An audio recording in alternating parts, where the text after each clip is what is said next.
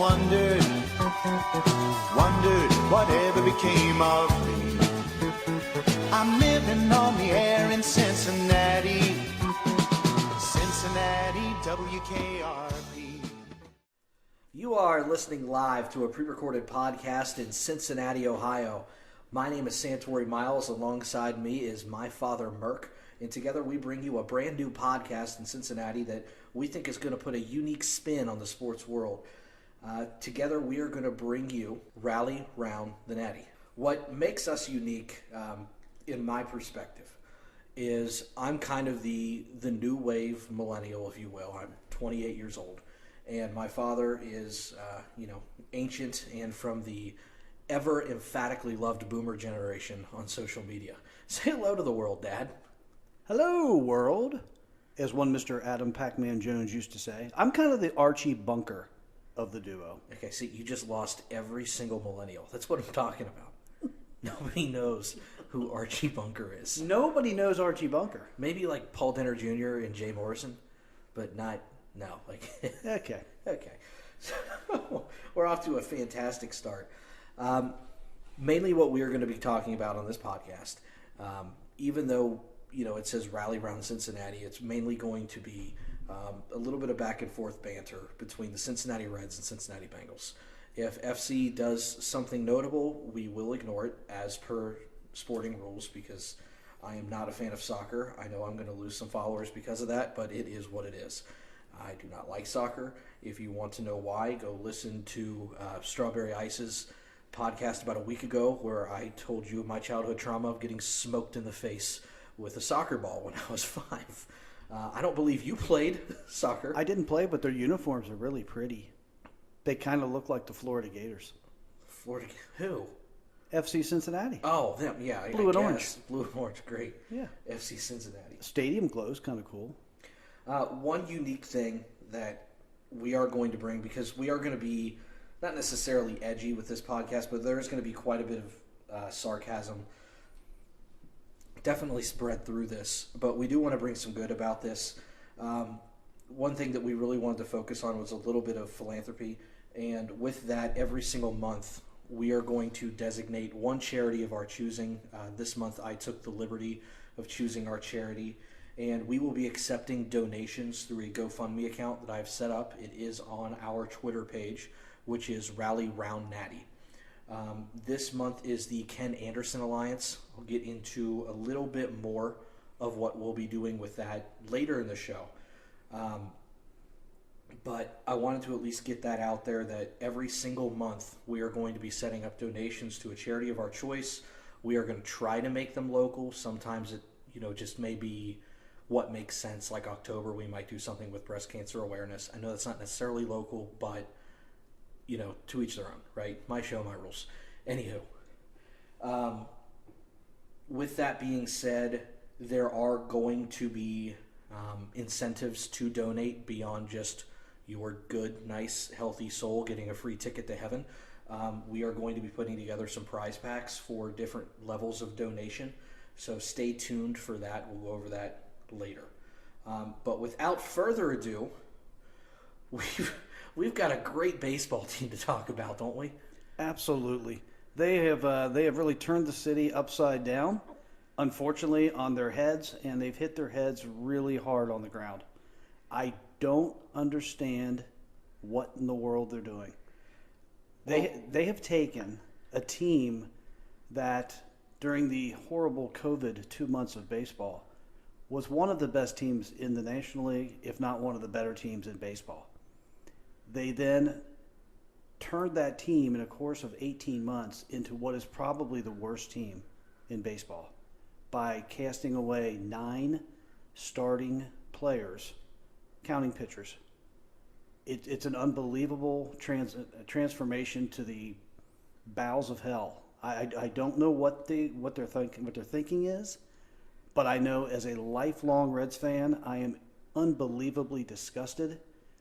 And to do this in the light of what the Bengals are doing, polar opposites. It's really, really rough to be a Reds fan at this point. And we had kind of speculated, I guess, maybe a week or two ago when all this kind of first started going on, that they might be looking into selling the team. Because a lot of people, when they go to sell a large enterprise like the Reds would be, they try to clear payroll and get money off the books. And, I kind of said that on Twitter, and people looked at me like, you're kind of dumb. And I get that a lot on Twitter. I got called brain damaged yesterday for suggesting that we could trade someone for a third-round pick. Whatever. I might be brain damaged. It is what it is. But at the same time, then a week later, we traded a couple more big-name players who we won't have to pay anymore. And one of my buddies, John, actually retweeted. He goes, I'm with Santori here. I think they're trying to clear payroll. I'm like, guys, this is kind of what you do when you go to sell a team. You load up on, we'll call it assets, prospects that can appreciate in value over time, and they're cheap. And then you get rid of the heavy expense. It makes something a little bit more palatable to purchase. And then a couple days later, they slammed on the brakes and started bringing in guys like Donovan Solano for $4.5 million. Who? Yeah. He's 34-year-old second baseman who I guess is going to platoon at third. Isn't that 6 times the amount of money that Jesse Winker makes? I don't know. I believe it is 6 times what Jesse Winker makes. Okay. I mean, maybe pre-arbitration, because I think he had arbitration this year. But regardless, it's not like they were paying Winker, $10 million plus. And Suarez was coming in, I think, around 12 this year. Mm-hmm. So, you're not going to get the 49 bombs from that guy that you are out of Suarez. And, for Suarez money, we were talking earlier today, $12 million for a power-hitting third baseman is almost a steal in this market. Yep. So it's not like these guys were super expensive. And then the guy that everybody always kind of talks about in trade talks, which is Luis Castillo, he always gets floated out there, right? You probably get a pretty darn good return for him. He just avoided arbitration today and got paid nearly $8 million. Right. 1-year contract. Right. So, they're paying some guys and not paying others. And I guess you can kind of look at it as they're trying to retain pieces that will make it through the rebuild. But as Nick Kroll has said, this is not a rebuild. So if there's a soul in Cincinnati that believes this isn't a rebuild or something beyond conceding, I feel sorry for you. And I hope you finish the 3rd grade pretty soon, because that's what's going on. I think the 2 biggest player moves that are a travesty, you take your 2 players that made the All-Star game last year with Winker and Castellanos. Those 2 guys were the absolute heartbeat of this team. You get rid of Winker, who's making nothing. In the grand scheme of baseball, he's almost he's a freebie. You take Castellanos, who they offered $18 million for a 1-year, I don't know what you call it. It's qualifying offer. Just a qualifying offer of $18 million. How in the hell are you not able to give him $20 million instead of $18 million? Wrap him up for 5 years. You're not committing $100 million to him because you can trade him at any time. I just don't understand what they're thinking. Nick Castellanos is the best player that's probably come through this city probably in the last 20 years. I put him ahead of Joey Votto. He's got more of a winning attitude than Joey Votto. He will put the team on his back and say, let's go. Kind of a little bit like Joe Burrow. We had this guy, and we let him walk for no apparent reason. You let him walk for peanuts more than what you were willing to pay. To go to the Phillies, who, quite frankly, have been a thorn in the Reds' side for the last ever. They've always played the Reds well. They've always pissed me off. I mean, I don't even want to talk about the playoffs. We beat them in 1976. Great. That was half a century ago. Congratulations. I remember that. Yeah. You know what? I was negative 18. Great. But the thing that I'm getting tired about is I'm hearing people, and you know who you are. I'm not going to call out names because I don't want to cause many fights this early in our young history. I'm seeing people defend the Jesse Winker move. I understand to a degree of wanting to offload Suarez. I get it. He's had a bad last 150 games. He missed some time. He had a Mickey Mouse season, and he played bad for what he was of healthy last year, and he was hurt a lot of it. And then before that, he hit 50 home runs. So if you're going off calendar years, yeah, I guess he's been bad for 2 years. If you're going off of games, he's been bad for maybe the course of 1 year. So if you're wanting to save money there, I kind of get it. But these people that are going out of their way now to say that Jesse Winker wasn't very good, or to say that, he couldn't hit lefties. Yeah, he wasn't the best lefty hitter. Look at Major League Baseball. Across the board, lefty on lefty is horrible. That's why they, have the lefty specialists, because they know it would work. Jay Bruce couldn't hit lefties worth a damn, and he stayed here forever.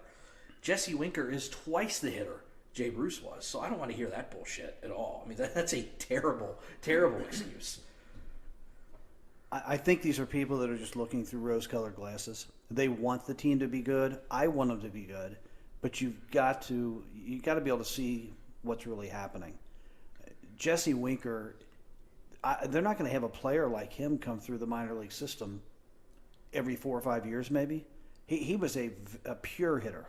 There are guys that can hit, and they can hit for some power, hit for some average. Jesse Winker is a pure hitter. Much like, I'm dating myself again, Cal Daniels, a pure hitter that came out of the Reds farm system. There's just not a lot of them. They have a lot of slugs that come through that system. And Jesse Winker, not only was he a great hitter, he was fun. He was entertaining. He was really good for that locker room. All those things add up to a premier player, and he was basically a throw-in that trade. It's ridiculous. Right. I really don't want to spend too much more on Jesse Winker. I mean, as much as they want to say he wasn't a good ball player, I mean, he had like a 400 on base percentage for his career so far. And that's what makes Joey Votto like the greatest ball player. So, for some reason it works for Votto, but it doesn't work, whatever. And I know there's going to be guys much smarter than me who go into sabermetrics that I don't understand. I get it. And I am more new-aged than you are. But at the end of the day, Winker's a good ball player. And he wasn't being paid much. He was beloved by the fans. He's a homegrown product. And you got him away for nothing. And now you've got 6-7 Reds in the last week that are coming out and bashing the front office, whether directly or indirectly. Castellanos said his piece that everybody saw against the front office. Winker said the thing about being happy that he's with an organization that wants to win. Cozart came out and apologized to the fans and said, we always tried to win for you. This is what's going on. India, who is your crown jewel right now, is the only thing you got left beyond Votto, came out and he said he was very frustrated. No, they got one more to ruin. Stevenson. They'll ruin him too. And I did want to throw this in before we transition over to the team that's actually doing things right for the first time ever.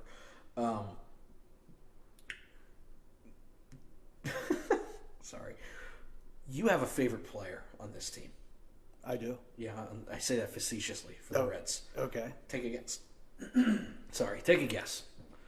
Take a guess at my favorite player? Yeah, facetiously. Facetiously would be like a Nick Senzel.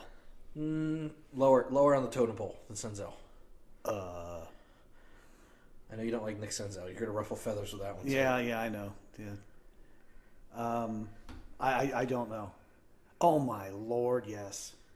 The most overpaid, overweight, non-hitting, inability to field a ground ball, and when he picks it up, he doesn't know where it's going. Mike Moustakas. He did have 2 good weeks in September of 20. Well, I want to let you know, yesterday, 2 for 3 with a home run. Okay. Spring training. Fantastic. Today, hurt. Yeah, I know he's hurt again. It never ends. And then... so is Barrero. Yeah, Barrero. He's out for 6 weeks. He's out 6 weeks. Castillo got shoulder fatigue today, which, that could be like a day or 8 months, whatever. And then that prospect, I forget his name already. Remember, we traded for a prospect that was hurt. Yeah, a pitcher. He is out, quote, several months. Is that Petty? No. Not the Petty? other one. Okay. We're going to sound like idiots, and it's okay. I'm not here to look smart. I'm here to get my point across. I'm here to clear my throat. I can't do it. He's out for several months already. That's like the Majeski trade. Oh, my God, Majeski. we're out here trading away our prized possessions of Jesse Winker and Suarez. Yeah, and for as good as that Suarez trade was, well, we got Alfredo Simon, send him over to Detroit for Suarez, who became a hero in this town. Like, this town loves him, and then, we trade him or whatever, and he's gutted on that interview. He's crying about how Cincinnati's always going to be a special place because his daughter was born here. And then we flip him for a bunch of what and who and hurt. Mm-hmm. Great. Thank you, Reds. You are looking better and better by the day. I can't wait to see what we do tomorrow. Maybe we'll trade Hunter Green or Nick Lodolo, or maybe we're still paying Junior. We'll bring him back.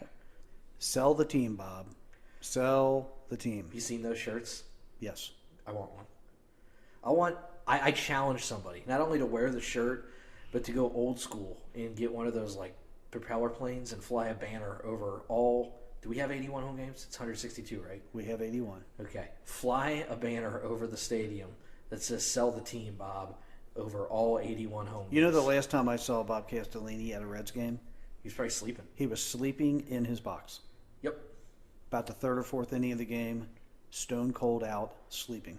We make fun of Mike Brown because every once in a while it looks like he's sleeping. He's just kind of built like Jabba the Hutt, so it looks like he's sleeping, but he's not. This guy legitimately sleeps. I don't know what the pressures of being a multi-millionaire, billionaire are, but if I had $1 billion product on the field in front of me with an entire city and country, sometimes World Series, nod, wink, wink, watching me, I probably wouldn't be sleeping. I would be shaking every single pitch. That's only if you care. Yeah, only if you care. Every time that, we run out Art Warren now and he can't finish because his shoulder's flailing too high and he walks a guy on 4 pitches, I'd be losing my mind. And then, we got old freaking David Bell in there who doesn't seem like he cares at all. And I know we're in the minority on that one again, too. This town loves David Bell for whatever well, that's reason. his last name. Yeah, so. Once a Red, always a Red, regardless of the production. Right. David Bell's son will be our center fielder hitting a $189 and whatever. Okay, let's move on. Houday. Houday! We actually have positive things to talk about. Unlike the last thrashing of a previous team, who are these guys? I love them. We're I love everything that's going on. If you don't love what's going on and you claim to be a Bengal fan, you're not paying attention because these are unprecedented times. This never, ever, ever happens. It started about 3 years ago. But since then, it's been wonderful. Prior to that, this team sucked. They were terrible. They couldn't make the right decision. They didn't care to make a right decision. The worm has turned, and it's fun to be a Bengal fan. Well, just think about where they came from, right? And, I'm not old enough to remember the 90s. I was born in the middle of that sputtering. You're very lucky. Yeah, I consider myself very fortunate. Mm-hmm. I've only had to deal with a couple off years here and there, couple playoff appearances, a really good playoff run. I've seen a Super Bowl appearance now. I never thought I'd say that. But one of the things you always hear is that the Bengals are cheap. And then, the hardcore Bengal loyalists on Twitter, Facebook, social media, whatever, always defended them. No, they're not. Yeah, they were. Incredibly cheap. You got stories of people having to pay for their own meals and pay for their own gator. They're cheap. There's things that they do inside. There's still things they do inside. I've got a couple friends on the inside. A couple players are like, yeah, we're winning, but should I really be having to pay for my own food kind of thing? And, if that's wrong, I would love for a player to come out and correct me, but I got a friend that plays for the team who says that you guys are still paying for food. With that being said, I don't want to bash them because they've completely shifted. And I think there's a definite turning point, and I want to say it's when they hired Zach Taylor, but a little before that. Because normally Mike Brown would have had his hands on everything. He, for the lack of a better term, has been the GM since the 70s. If you go back, I've got a Super Bowl 16 program guide. It says he's the GM, Super Bowl 16. And yeah, we've had Duke Tobin. He's never had the title of GM. He's the GM now, for whatever it's worth. People can argue over that title all they want. Duke Tobin is the GM. He did not have any kind of say in Zach Taylor. You know, all the reports say that was Duke and Katie 100%. And if you look at everything that's been done since then, with the exception of some contract structure, it's completely different. The free agents, the way they draft, the way they bring in different prospects, the way they're trying to develop, the coaching staff that they bring in all the time. You know, they take their time. It's not necessarily the big name, but they, for the most part, get it right. You know, and I was on the fire Zach Taylor train in the middle of, 2020, like I think 90% of the city was. I was with you. I was definitely on that. When they first hired Zach Taylor, I thought he might be refreshing for this team because I liked the way he spoke of culture. And all you heard the past 15 years is, the Bengals bring in these players that, they always get in trouble off the field. They don't really look for the great characteristics in these players. And I think Zach Taylor's the exact opposite. I don't think he's looking for choir boys. I think he just wants guys that are winners. They have the right attitude, that are going to practice hard for the couple hours they ask them to practice every day, keep their nose in the playbooks. I think that's what he's looking for. But about halfway through his second year, I totally lost it. And I was with everybody else. Let's get rid of Zach. But to me, the obvious turning point, and I've said this to you and I've said this to countless other people, that Monday Night Football game when Juju Smith got freaking clocked by Von Bell. And then later in that game was the Ryan Finley, I'm going to make the Steelers look ridiculous and score a touchdown on you, but what do you run at 25 yards? Something like that. It was crazy. The whole thing turned. All of a sudden, we weren't afraid of Pittsburgh. We weren't afraid of big-time games on national television. Zach Taylor brought that to this team, and then came Burrow. And, when you combine the talent of Burrow, you combine the winning attitude that he brings, and the fact that Zach is not going to tolerate players like Carlos Dunlap, like A.J. Green, that are just not going to give a damn and they're going to quit and sit and pout, that's bullshit. And he doesn't go for that bullshit. So you can think that Zach Taylor's a softie and all this other stuff. He has he just knows what he wants, and he will stick to his guns with what he wants. And I think it's proven out. He's going to be a good coach for a long time. Right, and I think I want to jump on something you said with the softy comment. A lot of times, especially with coaching, you get a lot of people, if you're not boisterous as a coach, they think that you're soft or you're going to be a pushover. You don't have to be boisterous, especially if at the end of the day, you've got the keys to the kingdom. Zach Taylor doesn't have to yell and scream. All Zach Taylor's going to say is, okay, bye. And I'll get somebody else. And, let's go down the line of the somebody else's that they've brought in. Mm-hmm. One of the first ones was Dre Kirkpatrick. Well, Awuzie. Sean Williams, Von Bell. Carlos Dunlap, Trey Hendrickson. Mm-hmm. And then, Lawson. Well, they drafted Osai. I haven't seen it yet a whole lot beyond a quarter in preseason, but it looked pretty promising. Mm-hmm. You A.J. Green. Okay, well, here comes Jamar Chase. Andy Dalton. Well, here's Joe Burrow.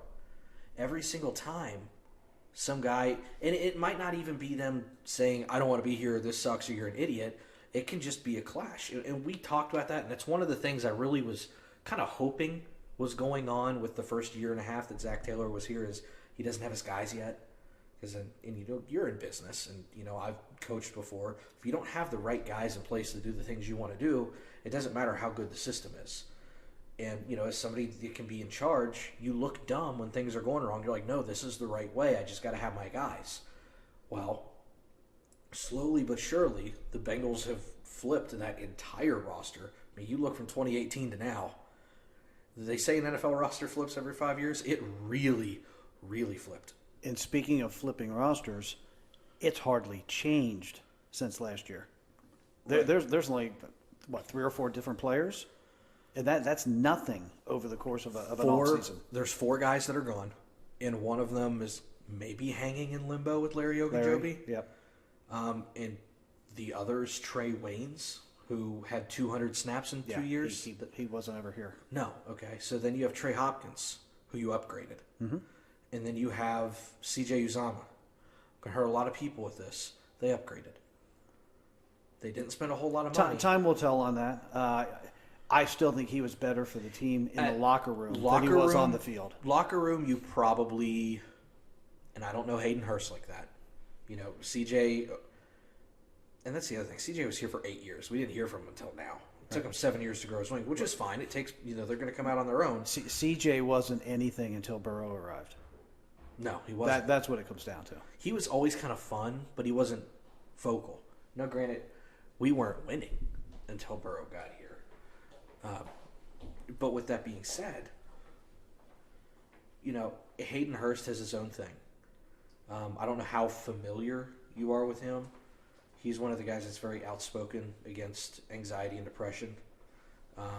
There's a couple great clips on him speaking out for... Was that a pun? Great clips and long flowing hair? It wasn't a pun, but I'll take it. And by the way, Great Clips, not a sponsor, but if you're listening, we're looking. But he does a great job for we'll call it mental health awareness, and I really appreciate that. I've gone through my battles with it, as a lot of people have. It was probably your parents. Yeah, thanks. Good guy versus good guy. Yeah, they're about the same. One might be a little more boisterous. Like I said, I don't know Hayden Hurst like that. But in terms of receiver ability, Hayden Hurst is a much more polished receiver. I guarantee you he's got a better arm because he pitched to Major League Baseball. Did you know that? I did not. I'm not sure when he's going to get to use his arm, but it's nice to know. You know what? A little razzle-dazzle here and there never hurt anybody. I didn't think Joe Mixon would ever throw a pass. He's thrown 2 in his life. Both went for touchdowns. How many tight ends do you see throw passes? Tim Tebow. Okay. Ben Roethlisberger. He did it for a while. But he's a more pure receiver. He's a better route runner. He's got some wheels on him for a big guy. You'll like this. He doesn't drop a thing. Oh, my. I don't think he's dropped past 3 years. Granted, he's been behind Kyle Pitts and behind Mark Andrews, but... The last guy we said that about dropped a pass in the third quarter, I think, of the Super Bowl. Why you got to do that? But I love Tyler Boyd. I know. We all love Tyler Boyd. But point being, CJ, I think he wanted to be here, but I think he had a couple other things going on in New York. There's rumors that he's with Kay Adams. Well, he vehemently denied that the other day. Vehemently denied it. Well, I don't know what's true and what's not. It really doesn't matter. I've heard people in the area that are very close to him say yes. I've heard him say no. I've not heard anything one way or the other from Kay Adams. I've heard he wants to be in New York for his after football career, which doesn't matter, via Chris Collinsworth. Right. I've heard that, he wants to turn the Jets around like the Bengals. And I thought, that's fine, but you're 29, I think, 28, 29. He doesn't have many turnarounds left in him. At some point, he's going to want to win.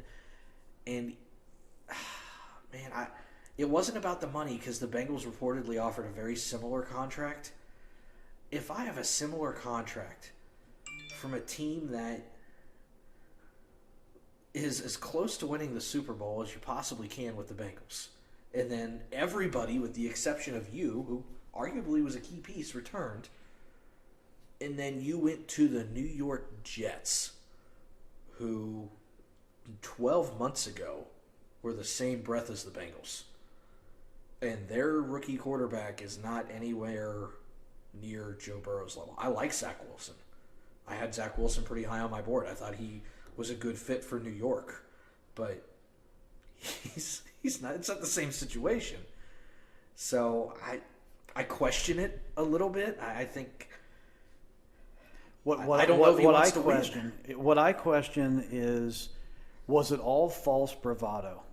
Everything that he did, because he was the "it is us" or why not us? I'm sorry. He was the why not us guy. How do you go from being so close knit and have that high level of camaraderie with all your teammates and all your players that are on the team, that being such a locker room presence, and then if the money was similar, how do you just walk away from that? I have no idea. It rings hollow. I don't think it was false, because he's been here 8 years, 7 years, whatever it was.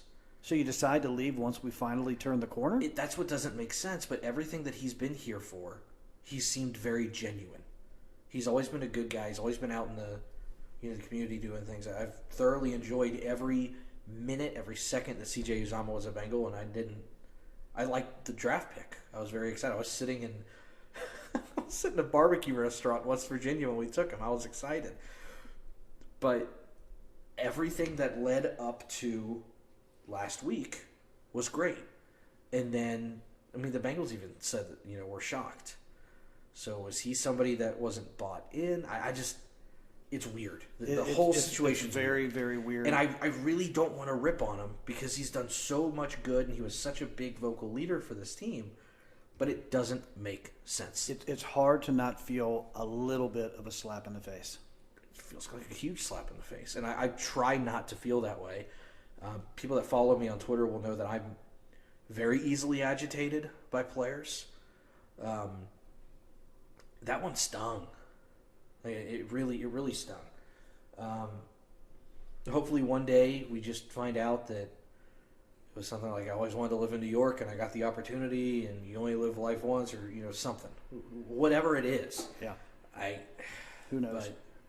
But in terms of situation to situation, doesn't make a whole lot of sense. But to spin this back into the positive. Yes, because there's a lot of positive with this What team. a philosophical change we have had with the Cincinnati Bengals front office. They want to win the Super Bowl. They've never acted that way. They've never talked about it. It is now reality. Well, they are there. I remember, and this is, I'll call it midway through, if we're going to talk about the last 3 years, because that's really where this entire thing has been. The last 3 off seasons anyway, because we're going in, it's been 3 years. 3 years of Zach Taylor. Before this past season started, I had a candid phone call conversation with the Bengals PR. And it was about a 45-minute phone call. I tried to ask some pretty tough questions. I got a lot of bouncing around with PR, but Emily's really good at her job, so I didn't expect anything different. But one thing that stood out to me was she was like, we're going to win a Super Bowl. And I was like, Emily, it was a 2-win team, and it's a 4-win team. Burrow's got a knee that's sliced 8 different ways. We don't have an offensive line. And I'm rattling off every single thing to her that anybody's ever said. I even threw in the freaking indoor practice facility because I just wanted to hammer home that these are not normal situations, and you're out here talking about a freaking Super Bowl. What the hell? Did you guys miss Super Bowl step 10? You guys missed steps 1 through 9 somewhere. And I just didn't have the faith that what they were doing was the right thing. But everybody within the organization was sold that what we're doing is working. We've had a couple hiccups. Just work with us. But every time we've heard that since 1990, it hasn't worked. So I was very skeptical. But these people, being the front office, the players, guys like Bengal Jim and Bengalorian and Captain Obvious, and those guys do have some inside track with the organization. Don't let them fool you. We're sold that, this is the right thing. And I'm like, how? We've won 6 games in 2 years. How can you guys possibly think that this is okay? And they're like, just patience. I'm like, I've had 32 games of patience with you guys. I don't know what you're talking about. And I don't know what it was, but it all clicked. And that's why guys like Stephen A. Smith are saying that this was a fluke year, or they're hoping it's not a fluke year, whatever, and I understand that too, but the way that they go about filling their roster and securing needs now is 1,000 times different than it was just from when I was a kid watching. The first time I ever remember them going after anybody in free agency, who was it? Let's see how good you are. I don't know. It's a long time ago. Antonio Bryant. Antonio. Oh, that's right. And he got hurt He blew out immediately, his right? knee. Yeah. And they never touched free agency again. Mm-hmm. They always went after bargain buys. I remember the big splash one year was Dhani Jones, and I was like, who? Yeah. He turned out to be pretty good for us, but, Lavernius Coles, the tail end of his career, T.O., they always went with retreads. And I was like, what are we doing? Like, why don't we – I don't need us to go out and sign the big sexy name, but I'm tired of – and I loved him and he did good. I'm tired of picking up Pac-Man Jones off the street. Like, this is not how you win championships. You use all 4 phases, which draft, trade, sign, free agents, and then waivers. You use all 4 of those options to build a team, and the Bengals used, draft, and they weren't really good at it. They have spurts where they were good at it, and then they'll have drafts like 2005 where we don't talk about that draft anymore. And then they'll have drafts like last year where everything worked out with the exception of possibly Carmen. Well, and I want to, don't mean to cut you off, but I want to address something that you talked about with being a fluke. I think there was something last year that was flukish about the Bengals. I think it's their injuries. Injuries in virtually every move they made. We didn't even mention the Billy Price trade for B.J. Hill. Every move they made was just perfect. They couldn't have made moves any better. Teaming up Jamar Chase with Burrow was a cool thing. Look how that turned out. Well, I remember on draft night you were not thrilled about it. No, I wanted Penei Sewell because I wanted to protect Burrow. And I completely understand anybody that was against the Jamar Chase thing. I just, and I watch a lot of tape of these guys, and I was like, Dad, I think this is a pretty special receiver. This is not like where you've got, we're going to get one of the top 5. Like, this is the guy for the next, 10 years receiver. That's where I was at. But everybody else was like that with Sewell, too, and he might be, and I get that. But, they hit on everything. Like, the last 3 years, right, with the exception of Trey Waynes, which is an injury, Jackson Carman, who was injured, he had a bad back, and Drew Sample, which was a panic pick. Everybody kind of knows the story about that. Everything else has been pretty perfect. Mm-hmm. I mean, free agents, retaining the talent. Not only have they brought them in, they've retained them. Drafting, developing. I mean, you got guys that I had dead in the water. Like before last year, I was ready to cut Jermaine Pratt. I was like, he's not doing anything for me. Jermaine Pratt was half the reason we went to the Super Bowl in the playoffs. And that's something else I wanted to talk about. This whole offseason's been surrounded around protecting Joe Burrow, and rightfully so. When you think about that postseason run that the Bengals made, it's something that we've never seen before out of a Bengal team. You start with the Raider game, and it ended with the goal line interception. You go to the Tennessee game where they're just trying to get one more first down to kick a field goal to beat us. We have another interception. Defense rises. Kansas City, we completely shut them down in the second half, just as we did the first time with Kansas City. That defense, that's how you win championships. And they were a bad call away from being one play away from the defense doing it again to win that Super Bowl. Right. I know Eli Apple gets hated on, and everybody uses that as an excuse to act like we got killed in that Super Bowl. We didn't. We had our offense hit the freaking skids because of the line in the fourth quarter, but they were in control of that game. Probably 85% of that game. It just, sometimes it happens, but the defense, I don't think gets enough credit. Yeah, you look at the stat sheet. There's nothing great on there. It's not like they were world beaters in interceptions. They didn't have the most sacks on the planet. They gave up 4 yards a carry. There were times they got gouged on the run. Kansas City would have kept running the ball in either of those games. They'd have kicked our ass. But, ego gets in the way. Ego got in the way. But they just find a way. When they need a play, they made it happen. If that can transcend into the future years, this team will go a long way a lot of the years. You got to have that momentum on defense. You've got to have that defense rising to the occasion. And on offense, you have to have key plays. But for that defense to do that, and I've watched the Bengals probably since 1975, they've had some really good defenses through the years, but usually their defense wasn't what carried them. It was always the splashy offense. Back with when Lindy Infante back in 1981 was the offensive coordinator, they installed the new offense, and Ken Anderson won the MVP. It was an offensively driven team that had a sound defense. In 1988, it was Sam Weish and that play-action fake, that whole magician-like offense. It wasn't the defense that saved the day. This team has a defense, and they haven't lost anybody. They just need to sign Trey Flowers.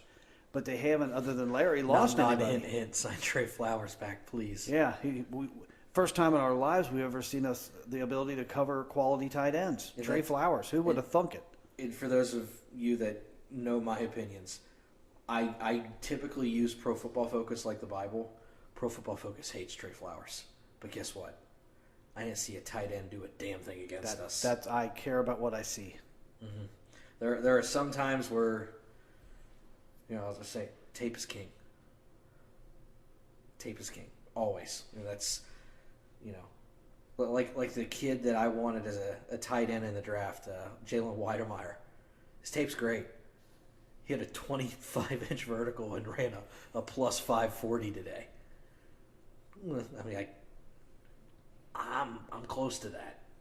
I got clocked at a 5'1", and I know I have a 20-inch vertical. You mean to tell me that I can go out there and do the stuff that he did with Texas A&M? No. Come on. Tape is king. But no, just the approach, going back to the front office. Look what they did this last week. Yeah, they addressed the need. They filled it immediately. First minute. They didn't screw around at all. They knew what they needed to get done. Mike Brown went public with this, a day or two after Super Bowl? First off, for those, if you're not a Bengal fan and you're picking this up for some reason and you make bad decisions in your life, Mike Brown doesn't go public with anything. The only thing we know about that guy is he eats graters at 4:30. And he's a bird watcher. And he watches birds. This is the most boring, vanilla, Cedar Hill Farms hat-wearing, trench coat douche on the planet. He is the most vanilla man. His name is Michael Brown. Okay? There is the epitome of a senior citizen that lives in Ohio, it's this guy. And he made a public statement at a rally, which rallies don't happen in Cincinnati. First off, showed his face in public. Beyond his Graders appearance, that doesn't happen. He's typically like the once-a-year post-training camp May interview where everybody's like, oh, I can't wait to see what this jackass has to say. He's out there on a freaking stage with Elizabeth and Katie and Duke and Zach, and we're having a freaking party. We almost won a Super Bowl. And he's like, we're going to fix this. And everybody went, he spoke? This is normally when he gives his post-mortem speech about the Bengals, how it's going to get better and don't give up the fight. And he'll say those kinds of things. Now he sees he was that close. He was as close to doing something that his father never did. And I think he wants to accomplish one thing before, 6 foot under. Call it what it is. He wants to do that. He's and not young. His dad got world championships, but his dad never got a Super Bowl. And I think he tastes it. And I don't think he wants to do it just to say he has one up on his dad. No, think he wants to I do don't it think so. For his dad. He probably wants to do it for his dad, and he probably, he's like the reclamation man. He gives everybody a second chance. People are down. There was nobody more down than Mike Brown for 30 years. Mm-mm. He was public enemy number one. There's probably a little bit that he wants to maybe internally stick it to everybody and that he got one. And I'm okay with that. Whatever your motivation is, as long as your motivation leads you to trying to win, unlike that other team down the street from him. I love the fact that he has found a way to turn the corner. Well, I think it's letting Katie and Duke do their job. And that's what a good owner or manager does. He delegates. He sees where the strengths are of his organization. And that carries down not from him but to Zach. Zach's starting to understand that, I need to let Burrow do Burrow's thing. Yep. I need to let Brian Callahan do his thing. He's let Lou do his thing. I was like ready to burn Lou at the stake 2 years ago. We gave up 400 on the ground to Baltimore. I could do that. Are you kidding me? When was because Zach said it twice this year. I need to learn to get out of Burrow's way and just put the ball in his hands. The second time he said it was after they lost in overtime to the 49ers. Mm-hmm. The Bengals only lost 2 games after that. One was to the Cleveland Browns, which that doesn't even count, and one was the Super Bowl. I think Zach Taylor learned quickly, and this is what we have moving into next year and years to come.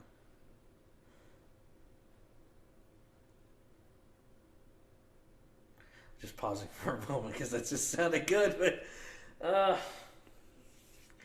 it takes a big person to know when you're not good at something and to delegate it to somebody else. I don't care how long it takes. It took Mike Brown 35 years, whatever it was. It took Zach Taylor maybe a year and a half because he didn't really have his quarterback until the second year, and then he blew out his knee. And I think people are still waiting for Zach Taylor to realize one more thing, to give up the play calling. I think that's one last thing that, and hopefully he'll grow into that. He will be a better all-around head coach if he gives that up. Right, because I don't think a lot of people realize what a head coach does on game day. If you're not calling plays, it's a lot of time management. If you're not calling plays, you've got so many people delegated to so many different things. I'm not going to say you're a glorified fan because that sounds awful, but you're in control of the time. You're in control of watching momentum. You're in control of getting people collected, maybe personnel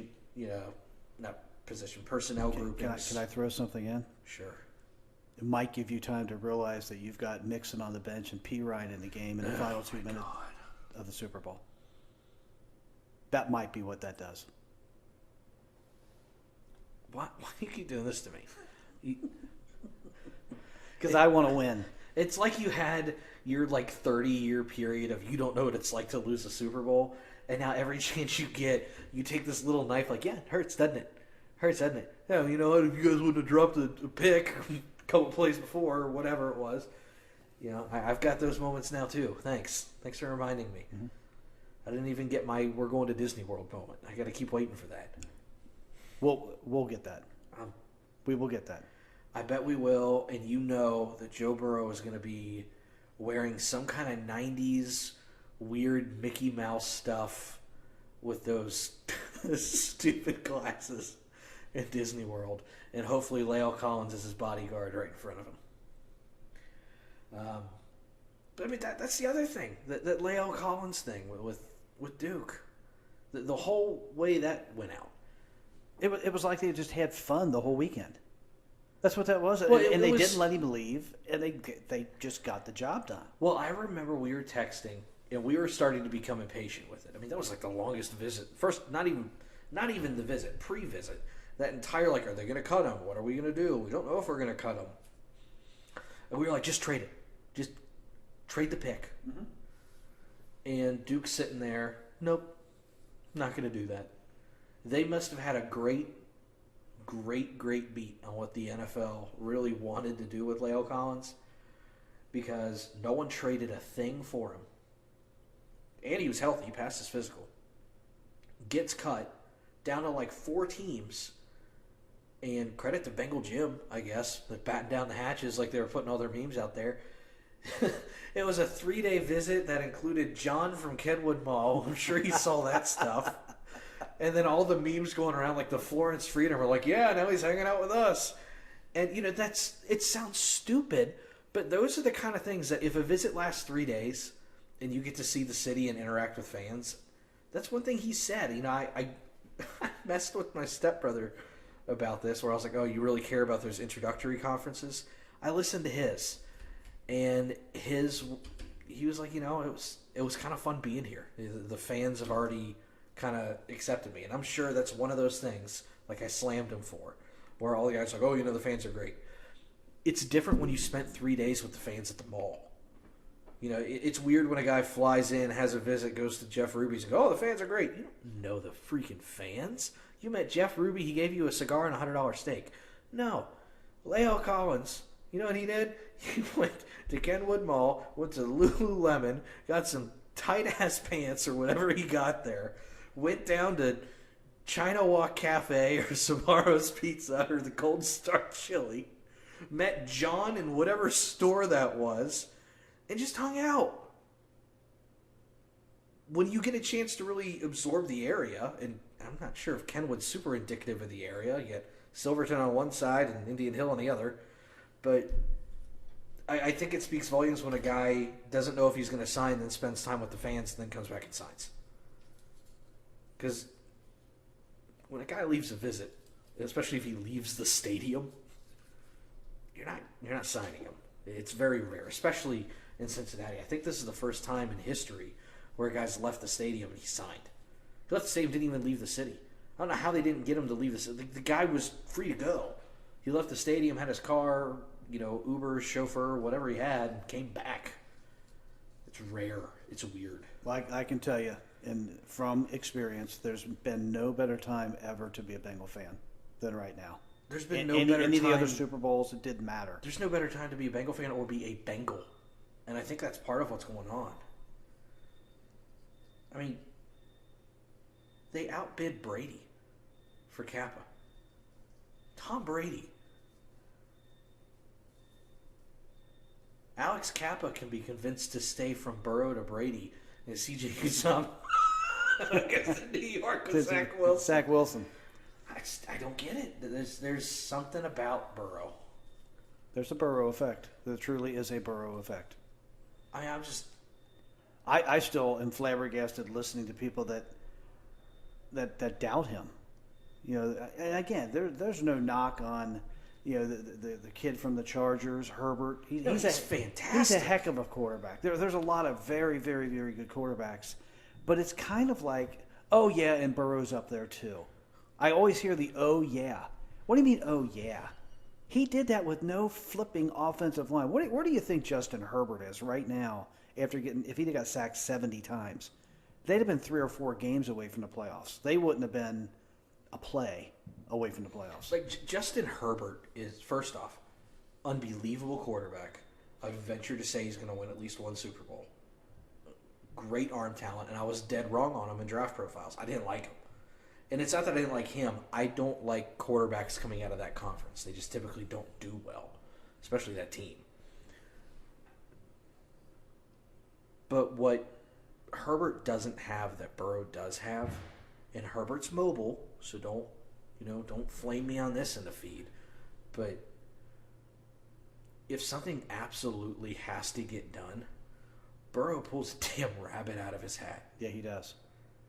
He has the only other guy I've seen. I'm going to compare a trait here, and these are vastly different players at vastly different positions. Where Burrow has a refusal to lose was like Earl Campbell's refusal to go down. He just fought to stay up. Like, you're not tackling me. I'm just going to keep going. I'm just going to drag bodies.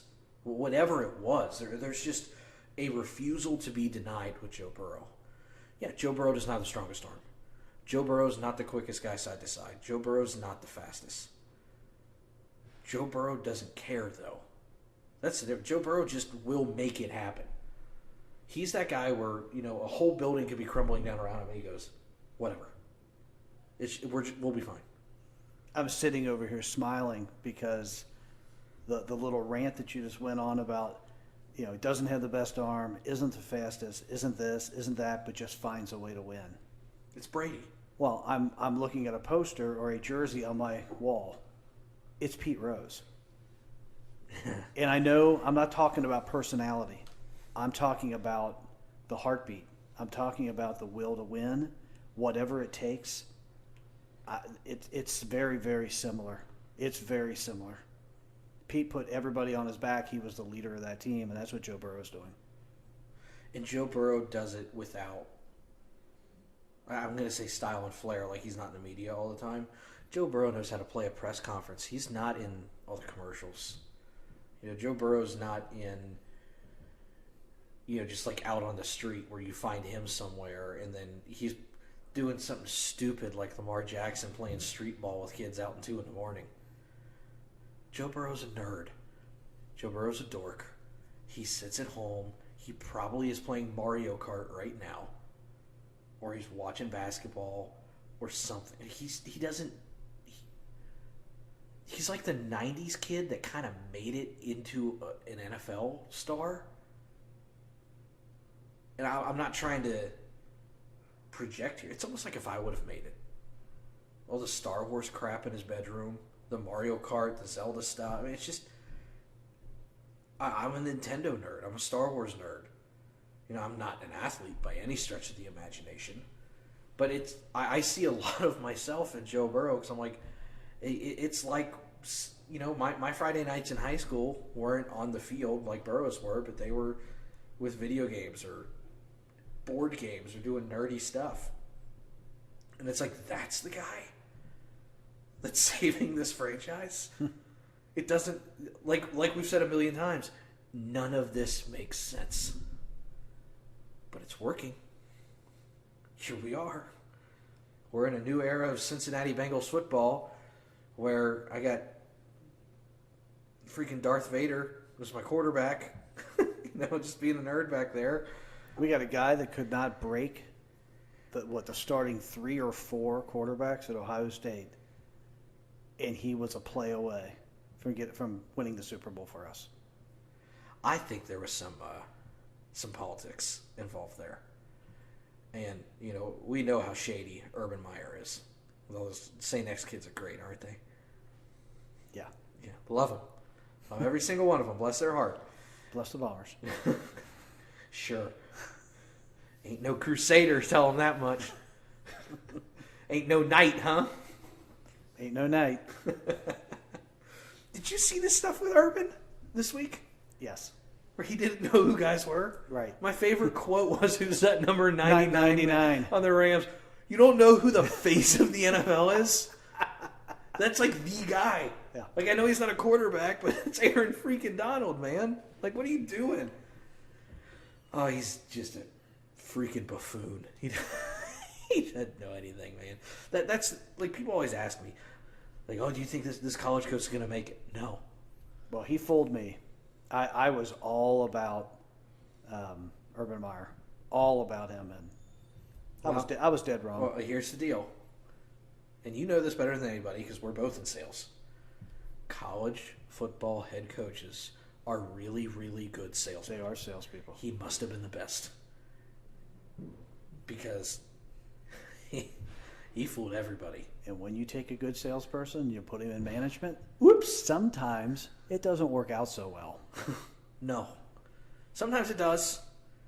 And it's typically the one that can identify other good salespeople and let them do their job. Yeah. That we're talking about. Look at the great head coaches in the NFL right now. How many of them were superstar college head coaches? Not a whole lot. Pete Carroll, after his 4th, 5th, 10th attempt in the NFL. Yeah, it doesn't happen too often. I mean, Jimmy Johnson obviously is the poster boy for the Okay, but exception listen to to that what rule. you said. Jimmy Way back. Johnson. Jimmy. Back when Irvin... That was 30 Michael years Irvin ago. was still playing. That was 30 years ago. Yeah, it's older than me. You have to go back an entire generation to find a pretty good example. It doesn't work. All right. We've bounced around plenty for this first pod. This was fun. It was fun. We'll try to be a little bit more structured here in the future. Screw structure. We had a flow of things. I had a squiggly line on my paper, and We followed the squiggly line. it squiggled. It definitely squiggled and wiggled.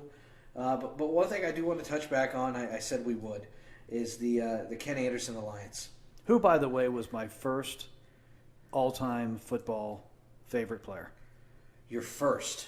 My first all-time favorite football player. And who was mine? Let's see how good you are. Your first favorite football player. My first favorite. You used to love Rogers Beck. I freaking loved Rogers Beck. Number 45. And little did I know, He ended up going to the same college that I did. God bless the herd. We are Marshall. And I didn't even know that until I was at Marshall. I was I was calling. I kid you not. This is how deep my broadcasting career was. I was calling a swimming and diving event. Oh, he jumps. He's in. Not much of a splash. Yeah. The judges say that one has a 10. I wish you could have seen it. Right. It's a hard event, but I've got all my stuff packed up. I smell like chlorine. I'm just frustrated because I have no idea what I'm doing. And I'm walking down what was the Marshall Football Hall of Fame. They just still got just pieces of it on the hall. And there it was, safety, Rogers Beckett. And I went, oh, he went here? And it's weird because I noticed a couple of my favorite players ended up going to Marshall, like Chris Crocker, of all people. Yeah, Betty Crocker. Betty. Yes, for those of you that are wondering why we're saying Betty, that was in my dark years of the Bengals. It was in the first. That was like 2000. What, 6? 7? Probably closer to 8. 8? I'll call that the first renaissance of Marvin. Right before the strike, it was before the AJ Green era, and when you're that bad, anybody who's got a bad team right now, or anybody who's been through lapses, knows that every once in a while you're watching a game, you just see somebody that you have no idea who it is. You have lost track. Guys are moving in and out. Guys are getting cut. And it was Santana Moss, because we were playing. I don't remember that. Oh, I do, because he blew him up. He blew up Santana? Yes. So we were playing the Jets or the Steelers? Santana Moss. Oh, okay. I'm thinking Santonio Holmes. No, Santana Moss from the team that has gone 2 different name changes now. Yes. The commies, as we were fighting Russia. Hail to the commies. Yeah, that worked out great, guys. Caught a slant.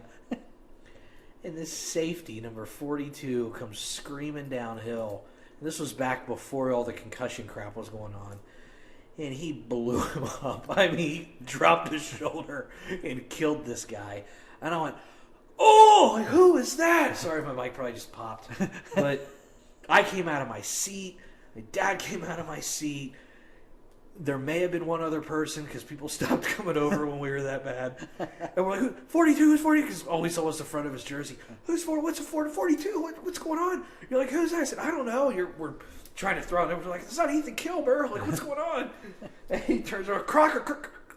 Betty Crocker. It's the first thing that came to mind was Betty Crocker. And I had the opportunity to meet Chris when I was at Marshall. Really nice guy. I rode in an elevator with him and Chad Bennington. And I had my Marshall WMUL credentials on. And I was sitting like, well, Pennington's right here. Chris Crocker's right here. 99% of people would have talked to Pennington. And the other people in my position would have said, screw Pennington, because little did I know Randy Moss was at the end of this elevator ride. Because he actually, a lot of people hate on Randy Moss. He does show up. I'll say that right now. So I turned to look at Chris Crocker. I was like, Chris, I got to shake your hand. I'm a huge fan. I'm a Bengal fan. He's like, oh, yeah, hey, who day? And I said, my dad and I call you Betty. And he went, great. I was like, I just need to tell you that. I just need to tell you my dad and I call you Betty. And he's just kind of like, all right, weirdo. I was like, okay, I got to go. And you're in college and you're trying to get into journalism. You're trying to wear the nicest stuff you have, but I didn't have a whole lot of money. So I had like these baggy khakis and I didn't have a belt, and they were a size too big, so they're folded over the top, and my sweater was too tight and I was kind of fat. And I was trying to grow a beard, but I couldn't get the mustache to come in. So I had this West Virginia neck beard with a bowl cut, looking like an absolute retread. My clothes falling off. And I'm like, my dad and I call you Betty. And he's probably like, wow, you're a good one, huh? You need to go climb or slide under a mountain somewhere. I'm going to be on the radio. Like, he's looking at me. I didn't look at Chad Bennington, but I'm sure he was looking at me going, Jesus Christ. This is who they stuck us with in the elevator. Oh, man. But back to the Ken Anderson. Back to Ken Anderson. And his wonderful fight against autism. Yes, that's a big reason why we picked this one. I say me, but I think you would have been very much in agreement on this for the first one. I didn't even know who we were going to have for a charity, but I told Kim, my bride, I said, I bet it has something to do with autism. Yeah, it's an easy one. You want to tell for the people that don't know out there? I put a little blurb about why, but if you want to talk about it for a second. Just about why autism means so much to us? Yes. My oldest son, 33 years old, Kyle, was diagnosed at about the age of 2 with autism. He was functioning as any infant would for his first year and a half or so. He was beginning to speak. And then all of a sudden, the words went away. He had a vocabulary of maybe a dozen words. But shortly, that vocabulary just dwindled away to nothing. He stopped talking. His eye contact was lost. He just was not behaving in a manner that a 2-year-old boy would be behaving at that point with his mannerisms. And we did, unfortunately, find out that he was diagnosed with autism. Kyle is he'll be with me until the day I die. We love him to death, and anything we can do for autism, it's the nearest and dearest thing to our heart. I like to make fun of him though. He's my older brother. I get to poke at him. He can have his moments. He's a jerk, man. He knows how to play you. He'll play you like a fiddle if you're not careful. You know, they say it, but you know, speaking from firsthand experience, they're smart. They are unbelievably smart. You know, like my wife, when we were first started dating, just a quick story about Kyle. Ashley was sprawled out on the couch, sleeping, as she does 90% of her life. She's like a sloth. You can't get her to not sleep. That was endearing. She would say it, too. She's probably sleeping right now. Kyle comes up, and for those of you that don't know, Kyle, for the most part, makes one audible sound. It's like, da, da. That's about it. So Kyle kind of meanders over to Ashley, who's half asleep on the couch, and he's like pointing at the fridge, like, da, da, da, da, da. And at this point, Ashley's picking up on some of the physical cues. He probably wants a Diet Coke or Smarties or something. So she's like, it's okay, buddy. And for those of you who don't know my wife, probably one of the nicest human beings on the planet. I don't know what I did to get so lucky, but she's an absolute sweetheart.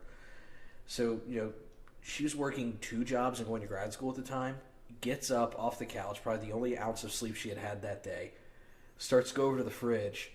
Turns around, and Kyle is now sprawled out on the couch with his hands behind his head, one leg crossed over the other, and giving her a shit-eating grin, like, ha, gotcha. And she was like, really? Like, what do I do? Uh-oh. I said I turned my phone off. That's probably her now. It is my wife. I'm going to ignore her. So when she listens to this later, she'll know exactly what happened. There's the proof. I told you, I'm not cheating. I'm on a podcast. But that's why we picked the Ken Anderson Alliance. He's very near and dear to our hearts, always will be. But little incentive. And this is something that we are going to be doing every single month. We've talked about this, and we don't make any profit on this whatsoever. If you are the highest donor this month, and when I say this month, we're going to run this through April, so the next 38 days and change, whatever that is. It's molar math. Yeah, sure. It's better than night math. So for the next month plus, if you're the highest donor, you are going to win a $25 gift card to Skyline Chili. If for whatever reason you don't like Skyline, I'll substitute Gold Star, whatever.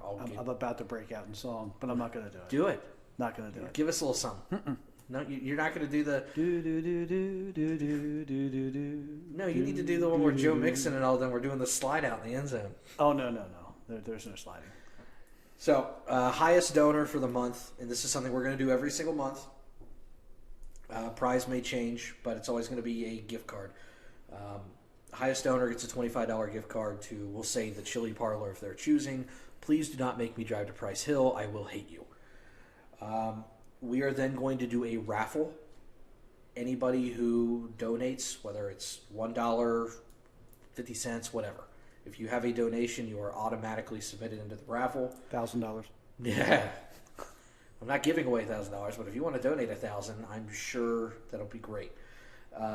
First place for the raffle is a T-shirt. We do have our ability to make our own T-shirts. We do have a press here at our studio. See? How do you like that? Studio. Can we call it the Butter Popcorn Studio? We could. This is Butter Popcorn. We need another name after Butter Popcorn. It has to be I don't know. What? Don't worry about it. Okay, well, at the Butter Popcorn Studios, we could even put that on a shirt. We could. We have the ability to make some custom design shirts. First place gets a shirt. Second place gets a mug. Not as nearly as exciting, but, just trying to get some people involved, get some people donating. I know I had a couple people share it today, and hopefully this will be up and running tonight. But if you're still with us, we really appreciate it. We hope that this could be a fun little podcast, just some back and forth banter.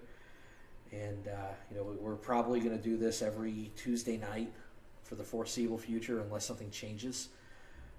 During the football season, we'll probably switch it up and go 2 days a week, do a preview and a recap day. Yeah. We'll be introducing, just some like picks of the week, not necessarily betting lines or anything, because we're not, like Barstool. We don't have a sports book or anything. But, we'll do some of that. We'll always bounce back and forth between the Reds and Bengals.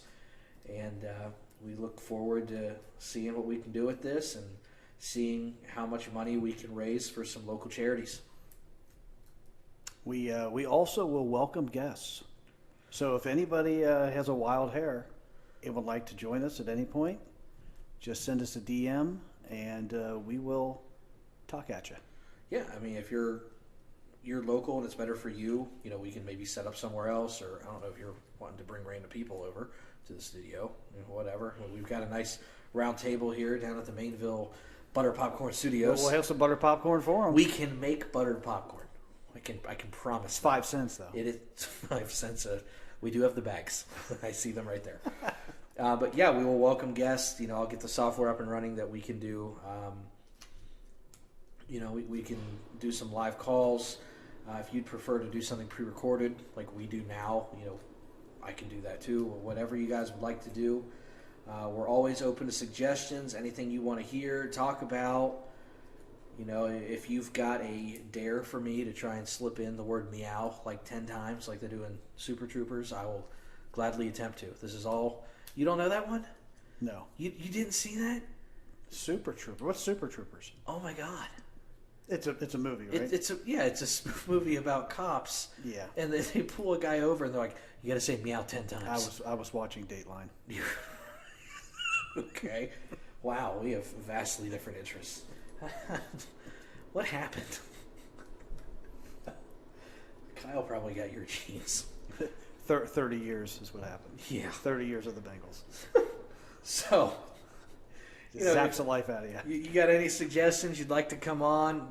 Fan, media, whatever. I don't care if you're some guy that, your Twitter handle is @Bob89736924 and you don't even have a profile picture. If you want to come on here and talk for a minute, let me know. We'll rock and roll and have some fun. We are always looking for any kind of sponsorships, and even if I'll do it for $1. I don't care. But it's great to have you. If you listened, I say ahead of time. But we're gonna wrap this up, and we look forward to having you all with us next week. It's been a great time. Yeah. Bye. Hooday. Hooday! You gotta give one off, Mike. Hooday! Hooday! Baby, if you've ever wondered whatever became of me, I'm living on the air in Cincinnati, WKRP. Got kinda tired of packing and unpacking, town to town, up and down the dial.